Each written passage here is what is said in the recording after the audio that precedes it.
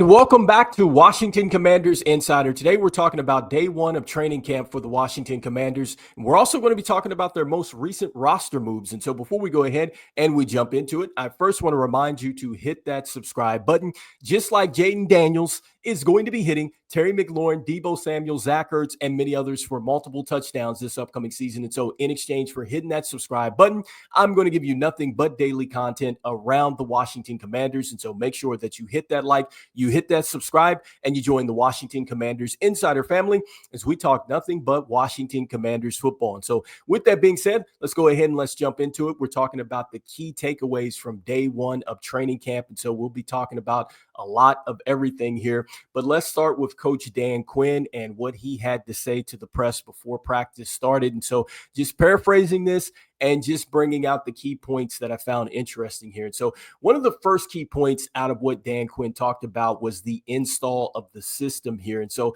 I thought that this was interesting because talking about the install of the system on the three phases of the football team and just looking at the personnel and putting them in the right spot. And so just going into really the detail that it takes to get to the NFL season and obviously to be able to execute at a high level. But, just going into that and just kind of breaking that down a little bit more and thinking about it, it's like, look, you got to figure out, hey, do I want to run this tight end in this certain situation? Do we want to run this running back out here in this certain situation? You want to have a linebacker at this point? Do you want to have the defensive lineman here in this particular set? Whatever it is. And so just really looking at that install of the system and just really impacting the three phases and the personnel standpoint. So I thought that that was interesting. And so once again, just paraphrasing this.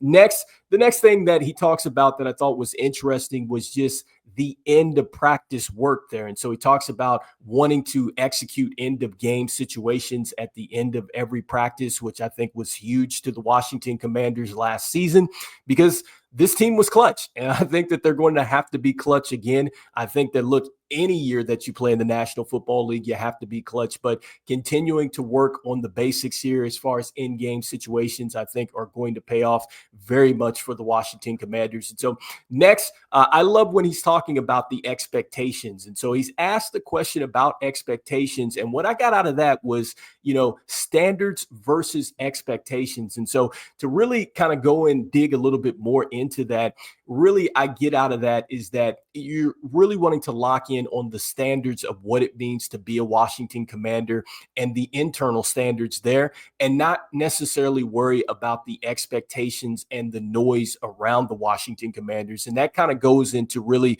what Dan Quinn talks about numerous times, where he's talking about not skipping steps in development. And so I think that this is something that is certainly going to play a pivotal role in this upcoming season and really every season for the Washington Commanders. And so thought that was some good insight there.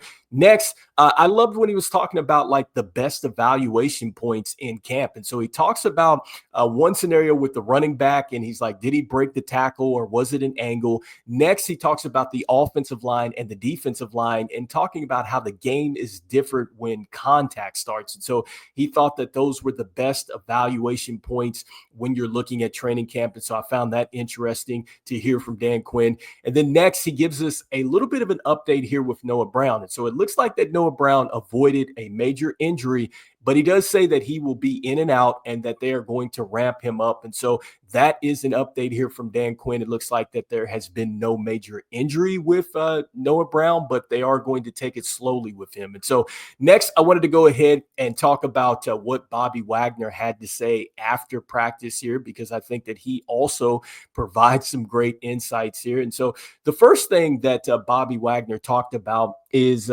just the addition here of Von Miller. So he's asked about him, and he's excited for Von Miller coming in. He talks about how offenses are going to have to respect Von Miller. And so I've been talking about that as well. I think that, look, even in the limited amount of snaps that you're going to get from Bobby Wagner, but from Von Miller, he is definitely going to be a guy that you're going to have to account for. And even if he doesn't make the play, he's going to help others make the play. And so that was good to hear from Bobby Wagner as far as him being excited for him. And he talked about, what can, maybe players learn from him. And he talked about the work ethic with Von Miller. And so that is huge, as far as passing down that work ethic. And that's something that the Commanders constantly talk about in the building. Next, when he's asked about Jade Daniels, he talks about him not ever being satisfied. I think that is something that we have constantly heard about Jade Daniels, and constantly wanting to go out there and reprove himself. He's not going to be a guy that's just going to say, hey, I had some success here last year. He wants to go out there and build off of that. And so that was good to hear from Bobby Wagner.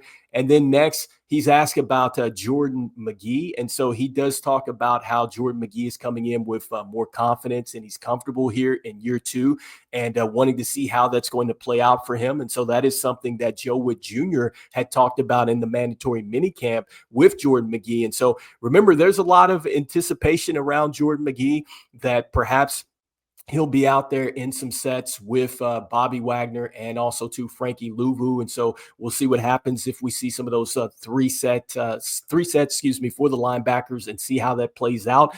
And then next, one of the things that Bobby Wagner talks about is his business ventures. And so number one, he talks about how he has, been his own agent since either 2016 or 2019. And so understanding the business of football and things like that. And so I thought that was cool to hear from Bobby Wagner.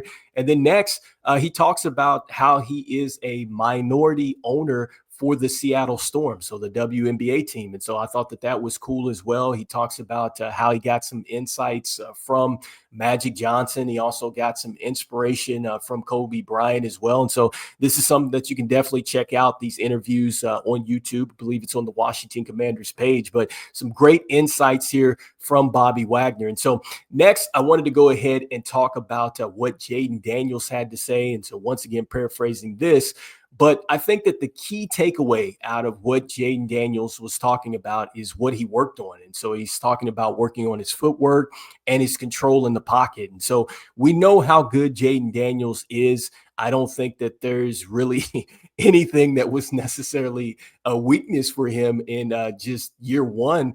But the fact that he's looking to get polished in the pocket and become a little bit better with the footwork here, which I'm sure is going to allow him to just keep his head upfield and hit the open man. And so the fact that he becomes a little bit more dangerous in the pocket here, you love just thinking about that. And so hopefully Jade Daniels continues to keep trending well. We continue to keep hearing about the growth here. And I really do believe that he is set to avoid the sophomore slump, so to speak, which is talked about around the NFL. And then lastly, with him, he talks about Terry McLaurin, and just the bottom line here is that, with what's going on with this situation, it is just the business in the National Football League. He knows that Terry McLaurin is somewhere working, and he knows that once he gets there, they are going to be just fine with their report. So that is really the key takeaway there from Jade Daniels. And so next, I wanted to go ahead and jump into just, the action here and looking at some of the key takeaways from that. So if you want to read about this, you can go over to commanders.com.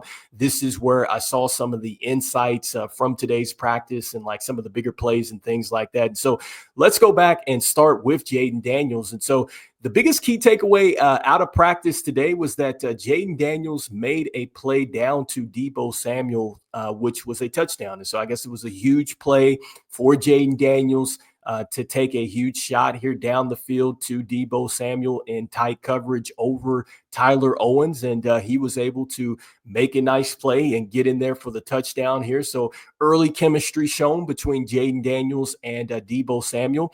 And so the next key takeaway, once again, out of the article here was that Jakory Brooks, so wide receiver here, 7-on-7 drills. He had 2 touchdowns. He caught one from Jade Daniels, and then he also caught one from Mariota as well. And so he had a pretty good day. And so with Jakory Brooks, look, this is an undrafted free agent that we had talked about before. And so I definitely like his upside here. I mean, you're talking about a guy that's coming in 6'3", 195 pounds. And I talked about the fact that he was terrific as far as really winning the hand battle on the outside with corners and things like that. In fact, he's terrific at contested catches. He had 16 contested catches in 2024, which tied 15th in PFF there for Jakory Brooks. And so I don't know, what it's going to look like for him as far as making the team and trying to be an impact or whatnot. But I know the one thing he does well, man, is he catches contested footballs. And the guy that was throwing him the football at Louisville,